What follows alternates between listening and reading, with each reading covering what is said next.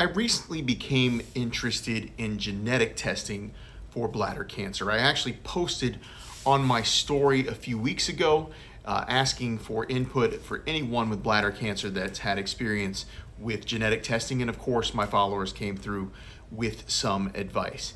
And so based on that, I did reach out to a cancer clinic here in my area to see if I could arrange for genetic testing. I wanted to set up an appointment to discuss it because one of the concerns I did have was cost. So at the cancer clinic, they took me back into the area where they draw labs, and they put a waiver in front of me and said, "Here, sign for your genetic testing." And I said, whoa, whoa, whoa. I wanted to find out what this costs because I understand it can be something that your insurance covers, but it also could be something that costs me thousands of dollars, and I don't want to obligate myself. I am interested in genetic testing, but I do have my limits. And so the lab techs there were great, and they said, well, actually, the way it works is that you sign this waiver to say that you're going to send your testing off, but what they're going to do is once they receive your sample, they're going to run your insurance, and they're going to come up with an estimate for you. And then based on that estimate, you can decide whether or not you actually want them to run it through their system and give you the results, or if you want to say, thanks, you can keep my blood and I'll move on.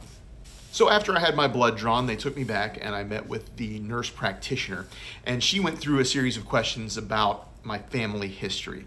And so she was asking about history of cancer within my family, and she expanded it beyond my parents and grandparents into cousins, aunts, uncles. She wanted to pull that in because she said, interestingly, that bladder cancer is difficult sometimes to get the insurance companies to pay for the genetic testing.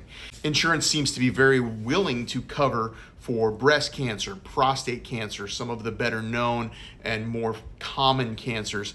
But she said for bladder cancer, most of the time it's considered environmental, and so your insurance companies are less likely to cover the genetic testing for bladder cancer. So that was about a week ago, and so earlier this week I got the call from the testing company, Invitae, and they reached out and they said that they ran it through my insurance, and based on the information my nurse practitioner provided, my insurance has decided to pay everything but $25. So I said, yes, sign me up. So we will get that report back, and they say it turns around pretty quickly. So when I get the results, I'm very interested to see them, and I will let you all know what I find out.